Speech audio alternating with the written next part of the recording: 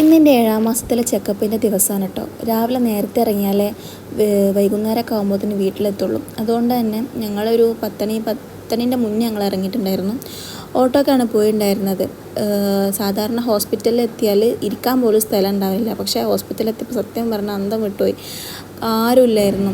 ഞങ്ങൾക്ക് 100ൻ്റെ മേലേക്കുള്ള ടോക്കണാണ് കിട്ടിയത്. പക്ഷേ 4 ആളെ കയറ്റി കഴിഞ്ഞതിന് ശേഷം പെട്ടെന്ന് തന്നെ എന്നെ വിളിച്ചിട്ടുണ്ടായിരുന്നു. പിന്നെ മരുന്നൊക്കെ വാങ്ങി കഴിഞ്ഞതിന് ശേഷം ഞങ്ങൾ നേരെ പോയത് ഫ്രൂട്ട്സിൻ്റെ കടയിലേക്കാണ്.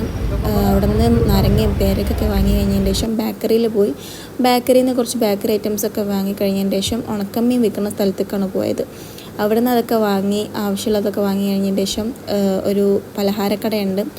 അവിടെ നിന്ന് കുറച്ച് പൊതികളും കുറിക്കാൻ പറ്റിയ സാധനങ്ങളൊക്കെ വാങ്ങി കഴിഞ്ഞതിന് ശേഷം ഞങ്ങൾ തിരിച്ച് വീട്ടിലേക്ക് പോയി. എന്തായാലും അൽഹംദുലില്ലാ ഈ 7-ാം മാസത്തിൽ ബുദ്ധിമുട്ടൊന്നുമില്ലാതെ രക്ഷപ്പെട്ടു.